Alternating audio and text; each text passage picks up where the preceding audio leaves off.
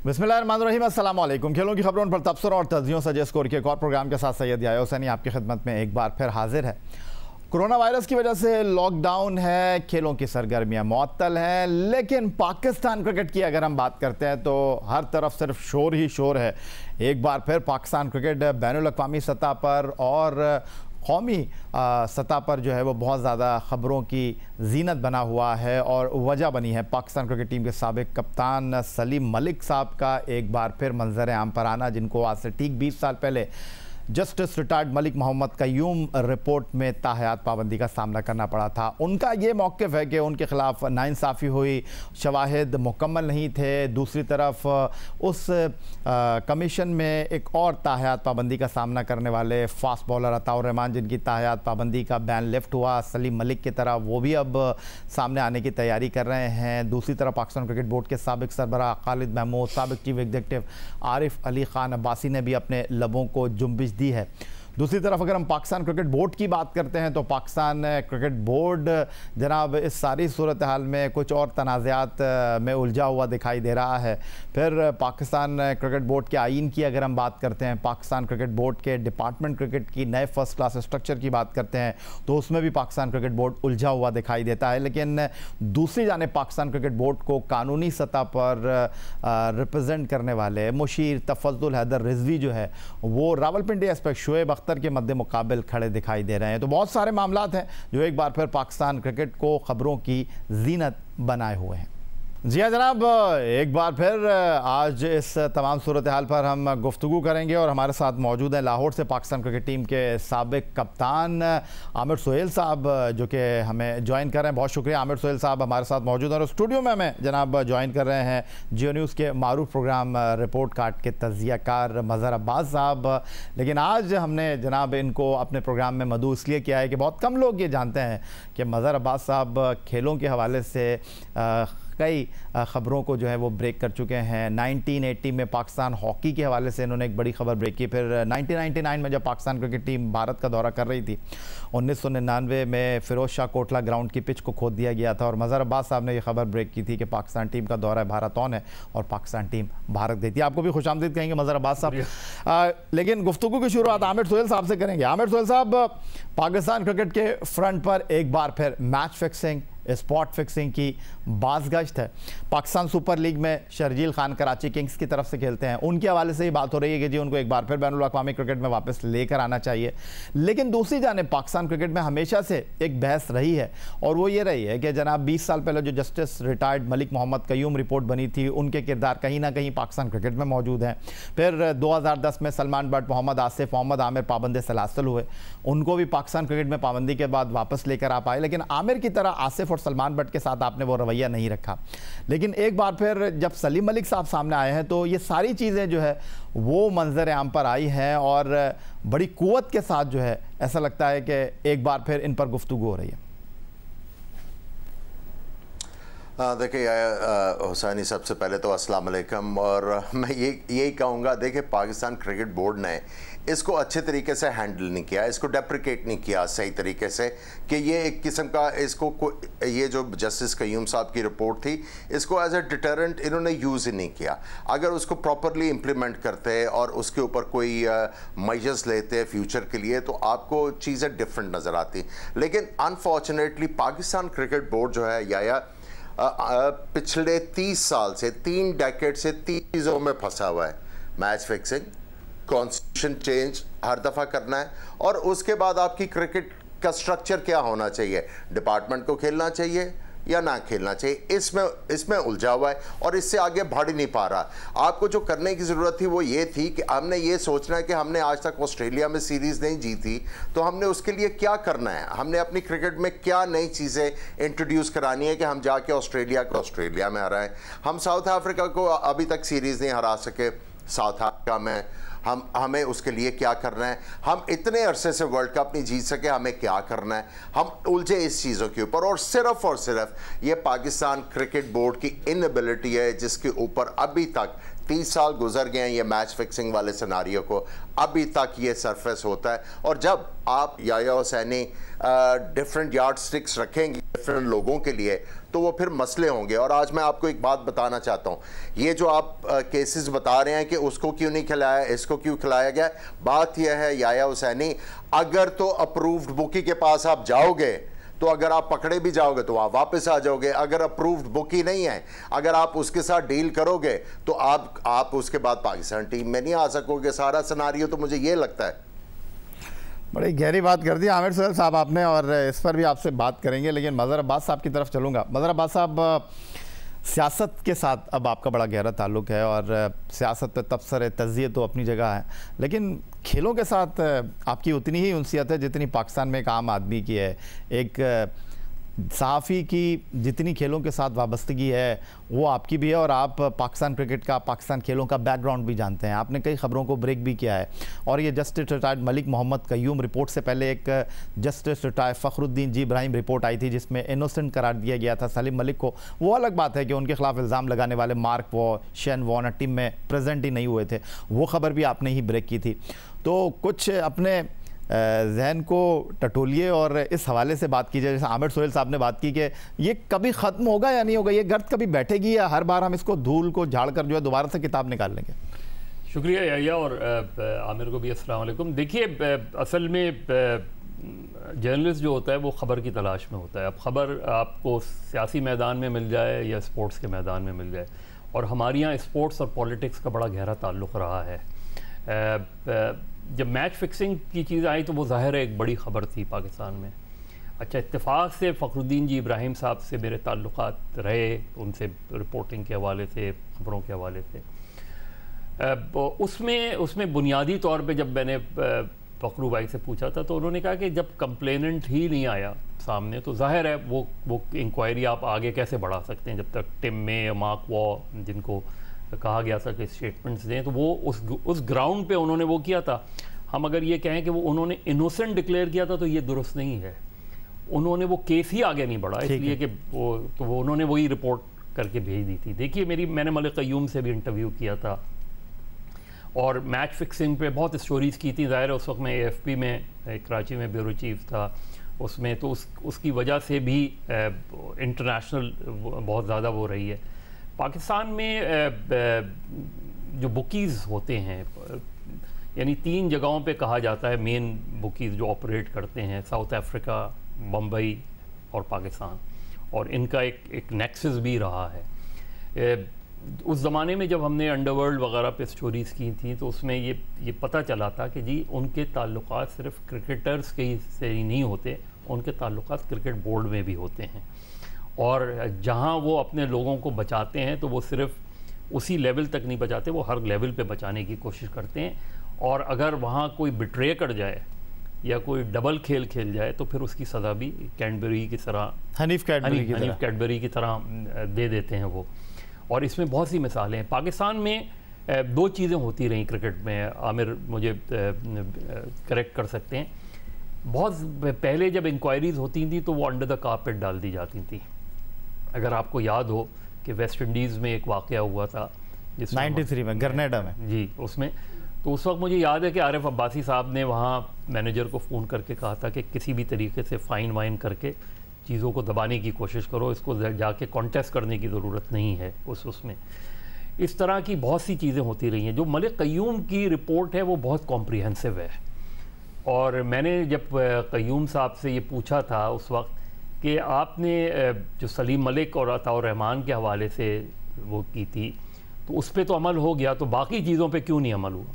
तो उन्होंने कहा मेरा काम इंक्वायरी करना था। मैंने एक रिपोर्ट बनाई और उसमें मुझे ताज्जुब हुआ कि उसके बाद बहुत से क्रिकेटर्स को जो जगह पोजीशंस दी गई और सिर्फ सलीम मलिक और अताउर रहमान को जो है की सज़ा पे अमल हुआ, तो मेरे ख़्याल में वहाँ कुछ ना कुछ गड़बड़ है। और लगता ये है कि मेरी सिर्फ रिपोर्ट के उस पोर्शन पे अमल हुआ, बाकी प्लेयर्स के बारे में जो मैंने रिकमेंड किया था उस पर अमल नहीं हुआ। उसकी वजह मैं इसलिए नहीं बता सकता कि ये मेरे डोमेन में नहीं आता।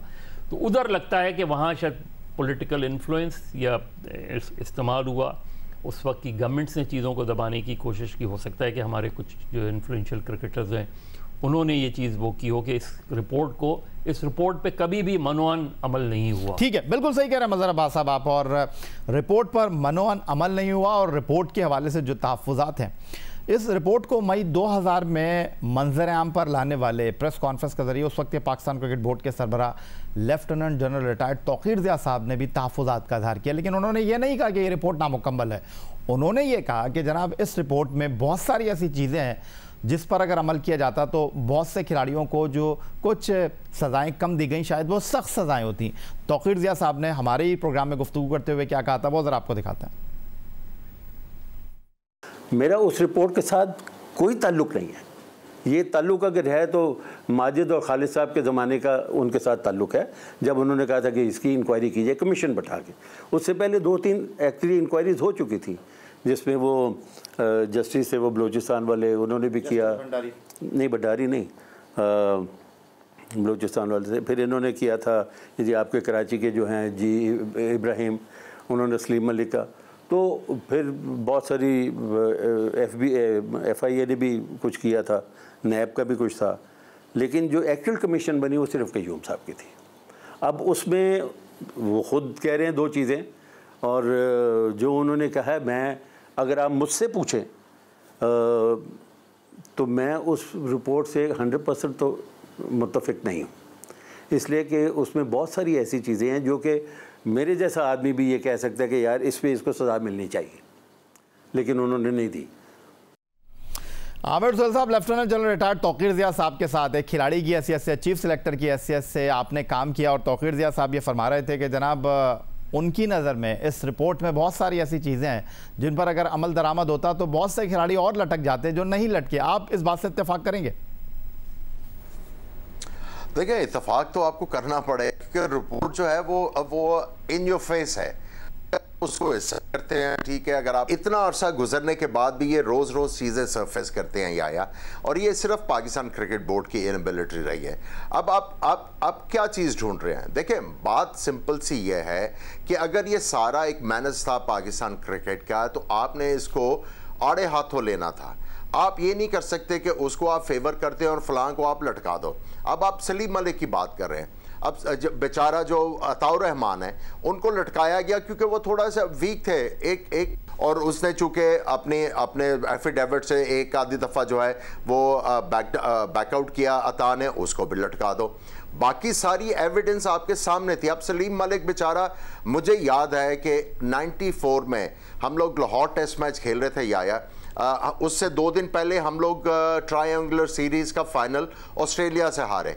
सुबह नॉकिंग कर रहे, मैच स्टार्ट होने से पहले तो ऑफ पड़ी हुई थी, तो मलिक साहब ने वो मेरे नाक के पास से गेंद गुजर गया। तो मैंने कहा मलिक साहब क्या कर रहे हो, मेरा आपने नाक तोड़ देना था। तो मुझे कहते तेरा तो टूट ही जाता तो अच्छा था। मैंने कहा मलिक साहब क्या हो गया? कहते यार तूने भी पैसे पकड़ लिए हैं, तूने भी मैच में फिक्सिंग में पैसे पकड़ लिए हैं, मैं तो सोच भी नहीं सकता था तू ये करेगा। मैंने उन्हें कहा यार मलिक साहब आप क्या बात कर रहे हो? तो बेसिकली यहाँ पे तो हर चीज़ वो एविडेंट थी। और मैं इसको थोड़ा सा क्लैरिफाई करना चाह रहा हूँ या मैं आपको सियाको सबाक बताना चाह रहा हूँ पाकिस्तान क्रिकेट में हुआ क्या और पाकिस्तान क्रिकेट बोर्ड ने गलती कहाँ पे की। अब उस मैच में मैंने मलिक साहब से पूछा कि ये आपने कहा क्या? कहते हैं तू भी फिक्सिंग में इन्वॉल्व हो गया। खैर मैं बहुत ज़्यादा अपसेट था या बारी लेने गया, टॉस हार गए हम लोग, मेरे सर पे गेंद लगा तो मुझे हॉस्पिटलाइज कर दिया गया, मुझे अंडर ऑब्जर्वेशन रखा गया उस वक्त।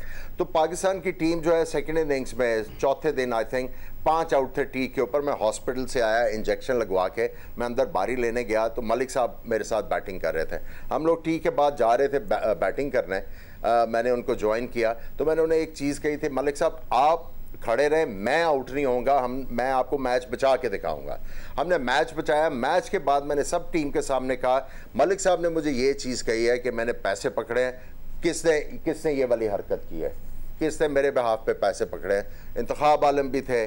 उसके बाद हम लोग साउथ अफ्रीका याया हुसैनी गए तो ये जो जुए वाली चीज़ें थी कमरे में गया, मैंने मलिक साहब को जाके कहा कि मलिक साहब ये हो क्या रहा है, क्या कर रहे हो आप? पाकिस्तान नंबर 1 कैप्टन बनने जा रहे हो, आप सीरीज जीत रहे हो, इतनी बड़ी सीरीज आप जीत गए हो, यहाँ पे भी आप जीत रहे हो, ये क्या हो रहा है? तो मलिक साहब ने उस वक्त मुझे ये कहा, हम क्लब मेट भी थे, मुझे वो कहते थे खब्बे यार मैं की करा एक मैच वकार यूनिस का ग्रुप बना के लैंदा है, दूसरा मैच जो वसीम अकरम का ग्रुप बना के लैंदा है और प्लेयर सारे वही ने, तो मैं की करा? मैनू दस।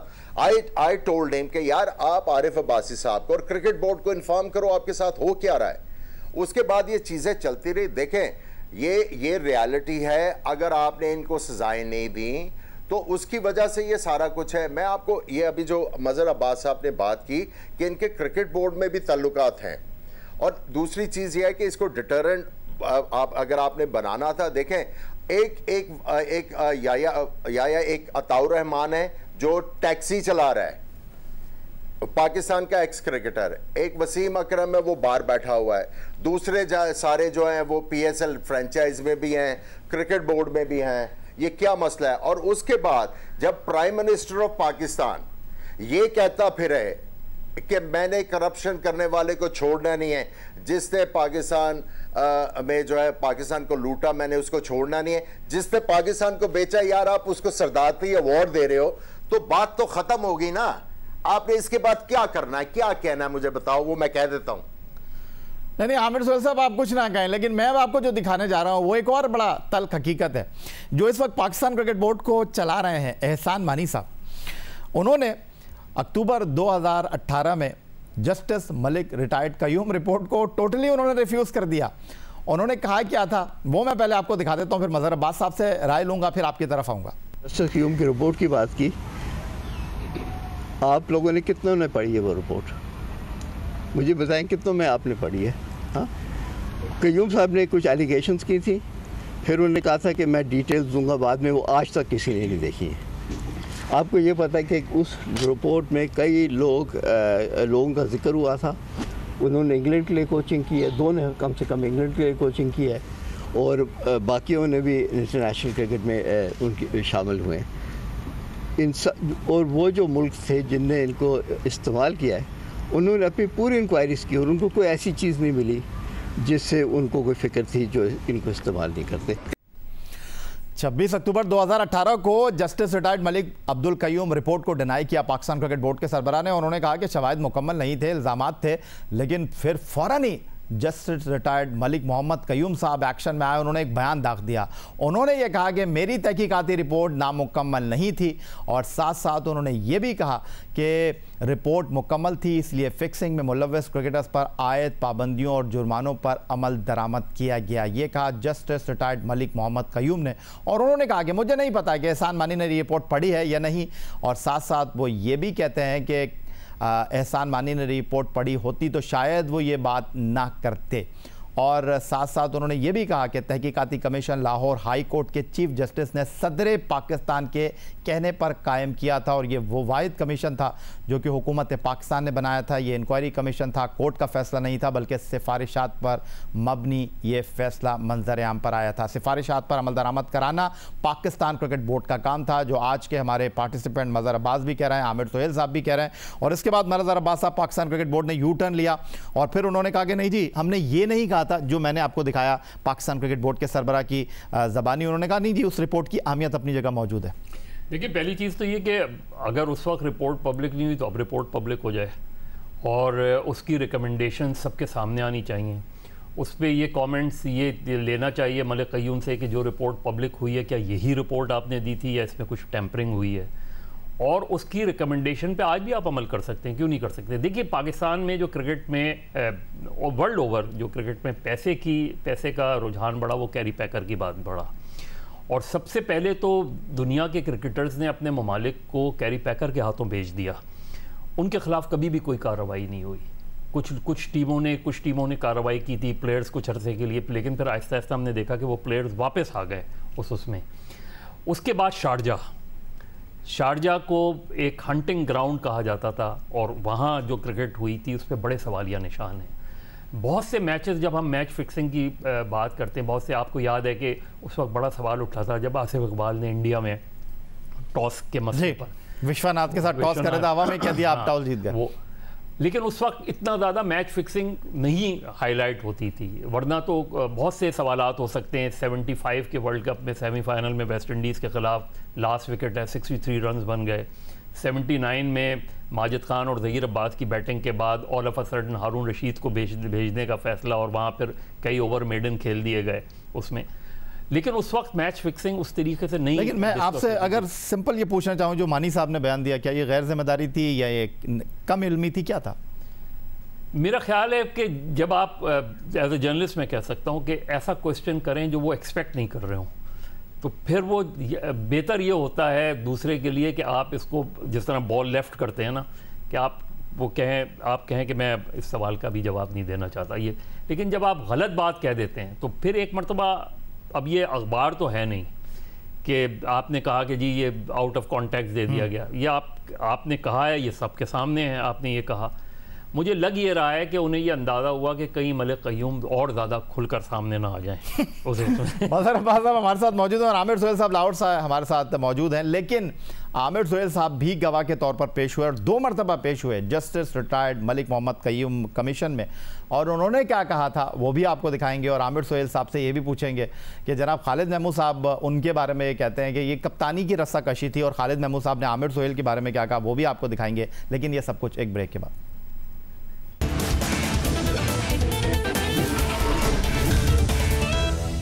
Justice retired Malik Mohammad Qayyum report के हवाले से हम बात कर रहे हैं, और उसमें बहुत से खिलाड़ियों के अब बयानात जो मंजर आम पर आ रहे हैं, लोग हैरान हैं कि अच्छा ये भी हुआ था, अच्छा ऐसा भी हुआ था।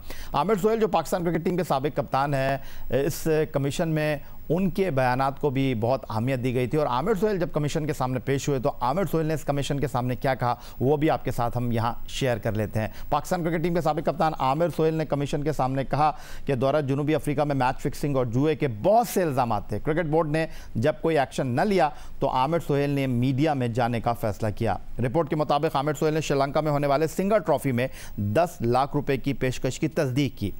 सिंगर ट्रॉफी में सलीम परवेज़ मेरे कमरे में आए, आमिर सुहेल कहते हैं, और उन्होंने मुझे ये पेशकश की।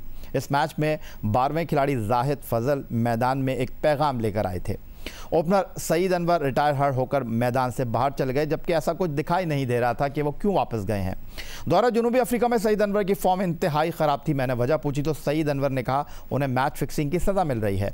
मैंने सईद अनवर को कहा कि कुफ़ारा अदा करें और अल्लाह ताला से माफ़ी मांगे। वर्ल्ड कप 96 में भारत के ख़िलाफ़ मैच से कबल वसीम अकरम ख़ुद को फ़िट कह रहे थे, आमिर सुहेल ये कहते हैं, लेकिन मैच से कुछ देर पहले मुझे बताया गया कि वसीम अकरम अनफिट हैं और वो कप्तानी नहीं करेंगे। 96 वर्ल्ड कप के क्वार्टर फाइनल में बेंगलोर में टीम पाकिस्तान को नाकामी का सामना करना पड़ा था, और पाकिस्तान टीम की ग्रुप मैचों में बड़ी शानदार कारकर्दगी रही थी। आमिर सुहेल साहब, स्ट्रेट अवे मैं आपसे ये पूछूंगा, आपको कब पता चला कि आप 96 वर्ल्ड कप के क्वार्टर फाइनल में कप्तानी करने जा रहे हैं? और मैच से एक रात पहले कोई मीटिंग तो हुई होगी, उसमें वसीम अकरम साहब ने क्या कहा था आपसे कि वो खेल रहे हैं या नहीं खेल रहे? देखिए, मैच से एक दिन पहले हमारे पाकिस्तान में याहिया हुसैनी मीटिंग शीटिंग कोई नहीं हुआ करती थी। हम तो सिर्फ ये थे कि बैट्समैन स्कोर कर दें, उसके बाद जब हम लोग बॉल टेम्परिंग करके जब जीतना होता था जीत जाते थे। बॉल टेम्परिंग होती थी, बॉल स्विंग होना शुरू हो जाता था, हम जीत जाते थे। मीटिंग शीटिंग कोई नहीं होती थी। हमारा टेक्निकल आस्पेक्ट जो था वो बिल्कुल ज़ीरो था। कभी हमने ये नहीं डिस्कस किया कि यार वो फलां बैट्समैन जो है ऑफ साइड के ऊपर वो तगड़ा है या वो टांग के ऊपर बहुत तगड़ा है, ये इस तरह की चीज़ें नहीं थी। वर्ल्ड कप से ये क्वार्टर फाइनल से एक रात पहले मुझे मेरे एक दोस्त ने बताया कि भाई वसीम अकरम की रिपोर्ट है वो नहीं खेल रहा। मैंने सलीम यूसुफ असिस्टेंट मैनेजर थे और कोच थे हमारे, मैंने उन्हें फ़ोन किया, उन्होंने इंतखाब आलम साहब को फ़ोन किया कि ये नहीं खेल रहे। अगर ये नहीं खेलते तो भाई टीम मीटिंग करें और ये डिसाइड करें हमने करना क्या है। और मैंने ये डिसाइड किया था, मैंने कहा यार अगर मैं नहीं खेलता तो हो सकता है कि ये अगर वसीम नहीं खेलता तो हो सकता है ये जावेद मियांदाद जो बहुत बड़े प्लेयर है पाकिस्तान के, ये उनका आखिरी मैच हो। तो मैं चाहता हूं कि वो पाकिस्तान के लिए कप्तानी करें। इन्होंने कहा नहीं नहीं नहीं, वसीम अकरम बिल्कुल फिट है, हमारी बात हो गई है, वो खेलेगा। मुझे टॉस से उतनी देर पहले पता लगा, मेरे पास इतना टाइम था, नॉकिंग कर रहा था कि मैं जाके अपनी शर्ट चेंज करके पाकिस्तान के कलर्स में आके जाके टॉस कर सकता, इतना टाइम था मेरे पास। लेकिन आमिर सुहेल साहब, खालिद महमूद साहब जो पाकिस्तान जी जी जी जी जी जी बोले बोले बोले खालिद महमूद साहब जो 99 वर्ल्ड कप में पाकिस्तान क्रिकेट बोर्ड के सरबराह थे, उनका ये कहना था कि आपको उन्होंने कप्तानी इसलिए दी कि आप डिज़र्व करते थे। उन्होंने ये भी कहा कि राशिद लतीफ़ साहब जो थे वो कप्तानी के लिए डिज़र्व नहीं करते थे। पहले मैं वो दिखा देता हूँ आपको, फिर मैं आपसे बात करता हूँ। वसीम अकरम तो बाद में कप्तान बने ना। उससे पहले जो थे राशिद लतीफ़ साहब कप्तान थे। राशिद लतीफ़ साहब सबसे सीनियर उस वक्त खिलाड़ी नहीं थे, उनसे सीनियर खिलाड़ी आमिर सुहेल साहब थे, और वो भी बहुत इसी तरह इसी जुमरे में आते थे जिनको आप कहते हैं कि विसल ब्लोवर और साफ सुथरे खिलाड़ी थे। उनका हक मारा गया, उनको क्रिकेट बोर्ड वालों ने तकरीबन बैन कर दिया था दाखिले पे, और सारी चीजें थी खासे वो यानी गुस्से में थे, कोई वजह नहीं थी उसकी। मैंने आमिर सुहेल को कप्तान बनाया था, और उसके बाद उनका जो भी मामला हुआ वो कप्तानी कुछ छोड़ गए, और उसके बाद अब सूरत हाल ये थी कि टीम तैयार करनी थी, तो वसीम अकरम दस्तयाब थे, उनको मैंने कप्तान बनाया। अभी उस वक्त तक ना कोई इंक्वायरी हुई थी, शुरू भी नहीं हुई थी जब ये सारी सूरत हाल हो चुकी थी, वो उसके बाद सारा मामला हुआ। तो इस वजह से अगर फर्ज कीजिए, मैं जो ये कह रहा हूँ कि यानी शक ये नहीं कर रहा कि मुझे कोई इसकी जरा भी खबर है, लेकिन किसको फायदा उसका हो सकता था? फायदा हो सकता था सिर्फ वसीम अकरम को हो सकता था। तो इस वजह से मेरा दिमाग इस तरफ गया है, लेकिन मुझे उसकी भी कोई इत्तला नहीं है। ये जो खालिद महमूद साहब ने कहा, ये जो मैंने आपके साथ शेयर किया आमिर सुहेल साहब, लुबे लुबाब गुफ्तगू का ये है, क्या ये कप्तानी का झगड़ा था, क्या ये पैसों का झगड़ा था, पाकिस्तान क्रिकेट में जो हंगामिया खेजियाँ हैं? देखिए याहिया हुसैनी, सबसे पहले मैं थोड़ा सा आपको कंप्लीट कर दूं। मैं जब जस्टिस कयूम साहब के पास पेश हुआ था तो उधर वसीम अकरम के लॉयर तारिक रहीम साहब भी थे, जो मेरा ख्याल है गवर्नर भी रहे हुए हैं पंजाब के, तो उस वक्त वो भी मौजूद थे। सिर्फ इतनी बातें नहीं हुई थी याहिया हुसैनी साहब, बड़ी लंबी बातें हुई थी जो बीच में से गायब हैं। ये जो अभी मैंने सलीम मलिक वाला वाकया कोट किया है वो भी बताया गया था, और बहुत ज़्यादा चीज़ें बताई गई थी। उसके अलावा देखिए, बात सिंपल सी ये है कि जब मैं कप्तान था तो ये जब इंक्वायरी स्टार्ट हुई तो पहली दफ़ा जब मैं अदालत गया तो जस्टिस कयूम साहब ने आउट ऑफ कर्टसी उन्होंने ये कहा कि ये पाकिस्तान के कप्तान हैं, इन्होंने लड़कों के खिलाफ खेलना है, तो मैं इनसे कोई बात अभी नहीं करूँगा, तो आज इनको जाने देते हैं, बाद में इनसे बात करेंगे। तो पाकिस्तानी मीडिया ने लिखा कि आमिर सुहेल बैकआउट कर गया है। रॉयटर्स के जो लोग थे उन्होंने कहा जी आमिर सुहेल बैकआउट कर दिया। हमारे पाकिस्तान में प्रॉब्लम पता क्या है, जो बातें की जाती हैं वो तो पता नहीं किधर चली जाती हैं, बतंगड़ बनाया जाता है। अब खालिद महमूद साहब की जहाँ तक बात कर रहे हैं आप, देखिए ये उनकी ज़रा नवाजी है कि वो कह रहे थे मैं इससे पहले भी कप्तान था याहिया हुसैनी, मैं 96 में कप्तान था, उसके बाद सिंगर टूर्नामेंट हमने जीता, शारजा में मेरी कैप्टनसी में बड़ी अच्छी परफॉर्मेंस हुई, मैं पाकिस्तान टीम का वाइस कैप्टन काफ़ी अर्से रहा। वो माजिद खान साहब को मेरी शक्ल पसंद नहीं थी, उन्होंने चेंज कर दिया, मुझे मेरी जगह किसी और को कर दिया और ले आया, वो अलग सारी चीज़ें। लेकिन बात सिंपल सी है याहिया हुसैनी साहब, ये जो रट था, अगर आप 92 के वर्ल्ड कप को साइड पे कर दें और उसके बाद 96 वर्ल्ड कप, 95 में कौन कप्तान थे? रमीज़ हसन राजा कप्तान थे। उससे पहले कौन कप्तान थे? सलीम मलिक। वो सक्सेसफुल कप्तान बन रहे थे, वो एक साल और गुजार जाते तो फिर वसीम अकरम तो कप्तान नहीं बन सकते थे।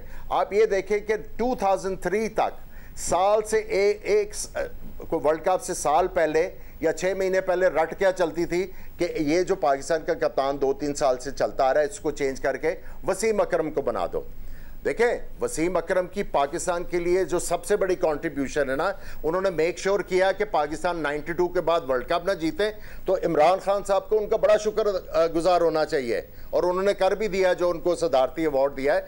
अगर वो फेयर होते पाकिस्तान क्रिकेट के साथ तो आप 92 के बाद 96, 99 और 2003 का वर्ल्ड कप आराम से जीतते हैं। और ये सारा कुछ ड्रामा चलता था किसी वजह से। आप करें ना इसके ऊपर इन्वेस्टिगेट, मजहर साहब को करें ना इन्वेस्टिगेट कि इसके पीछे सबसे बड़ा बंदा कौन है। मजहर अब्बास साहब आपकी तरफ आए, आमिर सुहेल साहब वो कह रहे हैं भाई 96 में आपकी टीम क्वार्टर फाइनल से आगे नहीं गई, 99 आप फाइनल खेलते हैं, 2003 में इतनी बड़ी टीम और वो अगले राउंड में नहीं जाती। आपको पता है कि इमरान खान खुद ये कहते हैं कि 1987 की टीम सबसे अच्छी थी, लेकिन उसके सेमीफाइनल में क्या हुआ? लास्ट ओवर आपने सलीम जाफ़र को दे दिया। अब ये बात हो सकती है कि सलीम जाफ़र को लास्ट ओवर देना चाहिए था, नहीं देना चाहिए था, और वो विलन बन गए। उसमें देखिए, मैं आपको एक बड़ी बात बताऊं। जिस तरह मैंने कहा कि अंडरवर्ल्ड के लोग ना सिर्फ ये कि क्रिकेट बोर्ड से राब्ते में होते हैं, सिर्फ यही नहीं, वर्ल्ड ओवर होता है ये, बल्कि कुछ मीडिया के लोग भी वो हायर करते हैं। आपको पता है कि इंडिया में एक जर्नलिस्ट पकड़ा गया था इस चक्कर में जी, उसमें वो बहुत अच्छा जर्नलिस्ट था अपने लिहाज से। एक मरतबा मुझे याद है कि यहाँ पाकिस्तान भी आए थे वो इंडियन टीम के साथ, तो वो सारे कनेक्शंस वो रखते हैं। अच्छा, ये सिर्फ इसी में नहीं होता, हर जगह होता है। जिस तरह हम ये जो इनकी ये अंडरवर्ल्ड की पूरी वो होती है, लिंक्ड होते हैं, वो ऐवानों से लेके नीचे तक रहते हैं। नहीं, आमिर सोहेल साहब जो कह रहे हैं 96 में आप जीत सकते थे, 2099 में जीत सकते थे, 2003 में जीत सकते थे, लेकिन मेक श्योर किया गया कि जीते नहीं टीम, 92 की तारीख दोहराई नहीं जाए। देखिए, खैर आमिर साहब जाहिर है वो इनसाइडर हैं, वो ज़्यादा वो कर सकते हैं, लेकिन इन्वेस्टिगेट ज़रूर होनी चाहिए। ये मैं आपको बताऊं कि एक इन्वेस्टिगेशन जो कभी मंजर आम पे नहीं आई, वो हुई थी जब जिम्बाब्वे वाला मसला हुआ था। और मुझे याद है कि राशिद लतीफ़ ने जिम्बाब्वे से मुझे फ़ोन करके कहा था कि हम अगले दिन नहीं खेल रहे, और उन्होंने सलीम मलिक पे शक का इजहार किया था उसमें, वो स्टोरी हमने दी थी। उसके बाद उन्होंने ये कहा कि मज़हर भाई कोशिश करें कि हम जब वापस आएँ तो यहाँ सिक्योरिटी का कुछ वो हो, क्योंकि हमें कंसर्न थी। फिर यहाँ एक CIA में DSP हुआ करते थे अख्तर सिद्दीकी साहब, उन्होंने उनसे मैंने रब्ता किया, तो उन्होंने अपने तौर पे इन्वेस्टिगेट की, तो उन्होंने कहा ये बात दुरुस्त है कि यहाँ सिक्योरिटी के मामलात हैं इन दोनों के लिए, और उन्होंने काफ़ी हद तक वो उस चीज़ को इंश्योर भी किया।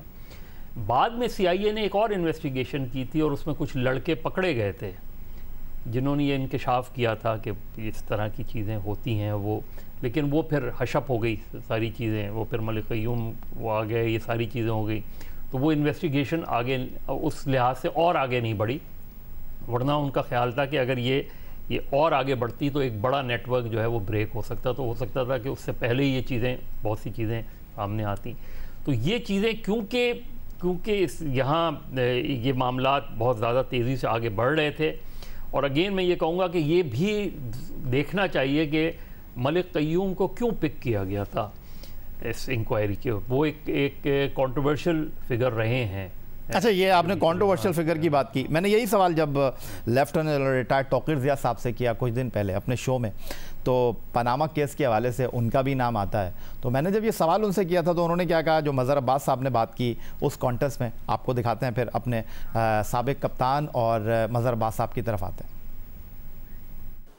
लेकिन जना साहब, कुछ लोग ये कहते हैं कि चूँकि पनामा केस में जो है वो क़य्यूम साहब का नाम आया, तो जी उनके ऊपर ख़ुद उंगली उठी हुई है, तो उनकी इस रिपोर्ट की क्या अहमियत है। आज आप हमारे साथ यहाँ पर बैठे हुए हैं, एक ऐसी चीज़ जो कि शवाहिद के साथ, हक़ाइक़ के साथ, चीज़ों लोगों के सामने आई, आपसे मैं जानना चाहता हूँ क्या उसमें इबाहम है, क्या वो बिल्कुल फ़ाइनल रिपोर्ट है, क्या उसके बाद भी कुछ लोगों को मार्जिन ऑफ एरर दिया जा सकता है? दो चीज़ें जो क़य्यूम साहब ने खुद कही, उन्होंने कहा कि मैं, कुछ मेरे फेवरेट खिलाड़ी थे, उनके मैं ख़िलाफ़ स्ट्रिक्ट एक्शन नहीं लेना चाहती, उनकी अपनी, आप उनके निकाल के देख लें जो इंटरव्यूज़ आपने किए हुए। दूसरा, उन्होंने कहा कि एक सप्लीमेंट्री रिपोर्ट आनी थी मुश्ताक अहमद के ऊपर, जो कि नहीं दी गई। अब मुश्ताक अहमद की जो रिपोर्ट क़य्यूम की रिपोर्ट में लिखा हुआ है, बस उतना ही है कि इसको ये नहीं करना चाहिए, उसको वो नहीं करना, कोई ऐसी पोजीशन नहीं दी जाए। लेकिन अभी उसके ऊपर एक सप्लीमेंट्री रिपोर्ट इन्होंने करनी थी, जो कि उन्होंने कहा कि मैंने नहीं की। जी आमिर सोहेल साहब, सीधा आपकी तरफ आ जाता हूँ। मज़हर अब्बास साहब ने तो बहुत सारी चीज़ें कह दी, उन्होंने कहा बहुत सारे लोग इस सारे खेल में इन्वॉल्व हैं, और जो तौकीर ज़िया साहब फरमा रहे थे कि एक सप्लीमेंट्री रिपोर्ट आनी थी, ज़िमनी रिपोर्ट आनी थी, जो नहीं आई। और Mushtaq Ahmed England and Wales cricket board के साथ भी काम करते हैं, वेस्ट इंडियन क्रिकेट बोर्ड के साथ भी काम करते हैं। फिर सबसे बड़ा सवाल यह है कि जिन लोगों पर उंगलियाँ उठी उनको ICC ने हॉल ऑफ फेम में भी शामिल कर लिया। देखिए, जब आपका क्रिकेट बोर्ड ही लीनियंट होगा तो फिर ICC को तो ये करना पड़ेगा। देखिए, आपने करना है ना, वो तो आपका मजाक उड़ाएंगे, वो तो आपको एक्सपोज करेंगे, वो तो अगर आपके किसी प्लेयर ने अच्छा किया वो तो शामिल करेंगे। बेसिकली आप अपना मजाक खुद ही उड़वा रहे हैं ना। अगर आप स्ट्रिक्ट होते, आपने इसको इम्प्लीमेंट किया होता तो बाहर किसकी हिम्मत हो सकती थी। देखिए, बात सिंपल सी है। याह्या हुसैनी साहब, अभी आपने एहसान मानी साहब की बात की। सबसे पहले मैं ये जो कंट्रोवर्शियल कह रहे हैं जस्टिस क़य्यूम साहब, अगर उनकी रिपोर्ट जो है वो कंट्रोवर्शियल होती या उसके ऊपर इम्प्लीमेंट ना करते, अगर आप ये सोचते खुदा न खास्ता उन्होंने किसी से इन्फ्लुएंस हो गए या किसी से पैसे पकड़ के तो ये रिपोर्ट में सब कुछ छोड़ दिया है, तो फिर आप कहते कंट्रोवर्शियल। उन्होंने कई जगह पे इबहाम रख के साफ साफ बता दिया है कि ये है चीज़, ये रियलिटी थी और सारा कुछ है। आपके शो में एक चीज़ मैं कह रहा हूं कि हमारे प्राइम मिनिस्टर साहब हैं जिन्होंने एहतसाब का नारा लगाया हुआ था, वो मुझे वसीम अकरम को क्रिकेट बोर्ड से अलहदा करके दिखा दें और साथ में उनको जो सदारती अवार्ड दिया गया वो उसको करके वो वापस लेके दिखा दें, फिर मैं समझूंगा कि ये कोई चक्कर नहीं है और फिर मैं ये समझूंगा वाकई ये पाकिस्तान में कुछ ठीक करना चाहते हैं। और जहाँ तक एहसान मानी की बात है, बात यह है कि वो इंटेलेक्चुअली डिसऑनेस्टी दिखा रहे हैं। जब आपने बात की कि उन्होंने कहा जस्टिस क्यूम की रिपोर्ट मैंने पढ़ी है तो उसमें कुछ नहीं था, बात यह है कि उन्होंने शायद कोई और टिसोरस रख के उसकी डेफिनेशन देखी है जो हर बंदे को आम समझ आ रही है, उनको दूसरी तरह समझ आई है। उसके बाद वो उन्होंने एक और डिसऑनेस्टी दिखाई इंटेलेक्चुअल, वो जब गए नेशनल असेंबली की कायमा कमेटी के स्पोर्ट्स के आगे तो उनको जाके कहते हैं कि मैं आपको दिखाने का मजाज नहीं हूँ अपने अकाउंट से भी, क्योंकि हमें हुकूमत देती नहीं। अब आप मुझे ये बताएं, प्राइम मिनिस्टर का नॉमिनी जाके कौमी असेंबली में ये कह रहा है कि खुदा का खौफ कर लो यार, इस पाकिस्तान की जान छोड़ दो यार। मज़हर अब्बास साहब सीधा आपकी तरफ आ जाते हैं। जो आमिर साहब ने बात की कि आप कैसे मना कर सकते हैं उनको अपने चीज़ें देने से? नहीं, वही अगेन जैसे आमिर ने कहा कि वो कंट्रोवर्शियल होते तो इस तरह की रिपोर्ट वो नहीं देते थे कि इस रिपोर्ट के नहीं, लेकिन आपके चेयरमैन कौमी असेंबली में जाकर मना कर सकते हैं अपनी तफसीलात देने से या नहीं? नहीं मना कर सकते, इसलिए कि हमारी यहाँ तो खैर पार्लियामेंट को वो अहमियत नहीं हासिल होती। प्राइम मिनिस्टर का नॉमिनी है, पब्लिक अकाउंट्स कमेटी इस सिलसिले में हिसाबात तलब कर सकती है। पब्लिक अकाउंट्स कमेटी को ये इख्तियार है। मुझे याद है चौधरी निसार अली खान जब पब्लिक अकाउंट्स कमेटी के चेयरमैन थे तो उन्होंने एक मरतबा सुप्रीम कोर्ट को दरख्वास्त की थी कि अपने वो, लेकिन सुप्रीम कोर्ट ने नहीं दी। लेकिन क्रिकेट बोर्ड के लेवल पर तो ये बातें बिल्कुल होनी चाहिए, और अगर कोई रिपोर्ट नहीं दे तो उसके बारे में एक कमेंट ज़रूर आना ज़रूरी है कि अगर इन्होंने नहीं दी तो जो पार्लियामेंट को इतना इख्तियार हासिल है, कमेटी को इतना इख्तियार हासिल है कि वो उनके हवाले से स्ट्रॉन्ग रिजर्वेशंस दें।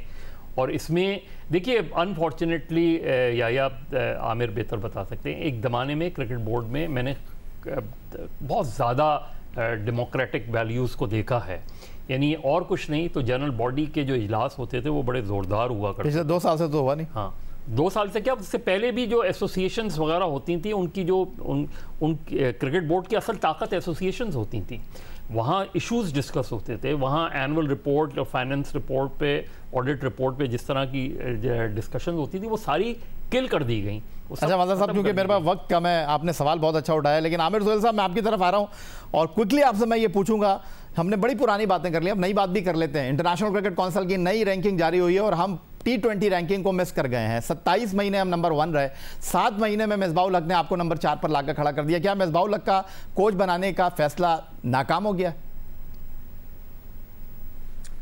देखिए याया हुसैनी, बात सिंपल सी है कि चीफ सेलेक्टर और दोनों चीज़ें करनी उनके साथ ही जाती थी, और अब मिसबाउल हक को खुद ही जो है वो सोचना चाहिए था कि यार अगर मैं प्लेयर हूँ तो चीफ सेलेक्टर हूँ और साथ में कोच हूँ, सामने मेरे हो तो मैं किसके साथ ओपन होऊंगा, मैं तो नहीं हो सकता। तो ये उनको खुद नहीं करना चाहिए था। पाकिस्तान क्रिकेट बोर्ड को क्या चलाने का पता है यार। ये वसीम खान जो आए हुए हैं 25 लाख रुपया, मैं तनख्वाहें देख के हैरान रह गया हूँ, मुझे नहीं पता था कि ये इनको किस चीज़ की तनख्वाह दी जा रही है। अभी 25,000 ये क्या लेके आए पाकिस्तान क्रिकेट में, जो पाकिस्तान का जो अपना प्लेयर है वो नहीं दे सकता था। तो बात सिंपल सी है याया हुसैनी, ये सारी चीज़ें होती रहेगी। और मेरी आपसे दरख्वास्त है, आज के बाद ना मैं मैच फिक्सिंग के ऊपर बात नहीं करना चाहता। अगर आपने करनी है तो आप वसीम अकरम और बाकी सबको साथ बिठाएंगे मेरे, तो फिर बात करूंगा, उसके अलावा मैं बात नहीं करूंगा। आप बहुत शुक्रिया आमिर सुहेल साहब। बहुत होगी आया, लेकिन प्रिंसिपल की बात है, इनको भी तो बुलाओ ना यार। आपका मीडिया इनको ग्लोरीफाई करता है, ठीक है, और आप इनको बुलाते नहीं। बुला के पूछो ना इनको क्यों नहीं कोई पूछता। ठीक है आमिर सुहेल साहब, बहुत शुक्रिया आपका, बहुत शुक्रिया आमिर सुहेल साहब आपका, बहुत शुक्रिया आपका। जब आप पूछोगे इनको, जब रगड़ा दोगे, फिर आपको चीजें ठीक होती नजर आएंगी। बहुत शुक्रिया आपका आमिर सुहेल साहब, बहुत शुक्रिया आपका। मज़हर अब्बास साहब अब हमारे शो में आए और आज हमने माजी की ज़्यादा बात की, मुस्तकबिल के हवाले से भी आमिर सुहेल साहब के बड़े तहफ़्फ़ुज़ात थे और उन्होंने कहा कि आज के बाद मैं मैच फिक्सिंग पर कभी बात नहीं करूंगा। आज उन्होंने जो कुछ कह दिया, बहुत कुछ कह दिया। आज के इस प्रोग्राम में इतना ही। आप ट्विटर पर मुझे फॉलो कर सकते हैं, फेसबुक पर हमारे पेज score.geo न्यूज़, और आप हमें ईमेल कर सकते हैं score@geo.tv पर। इस दुआ, इस उम्मीद, इस तवक्को के साथ कि पाकिस्तान में खेल और खिलाड़ी तरक्की करते रहे। सैयद याया हुसैनी को स्कोर की पूरी टीम के साथ इजाज़त दीजिए। अल्लाह हाफ़िज़।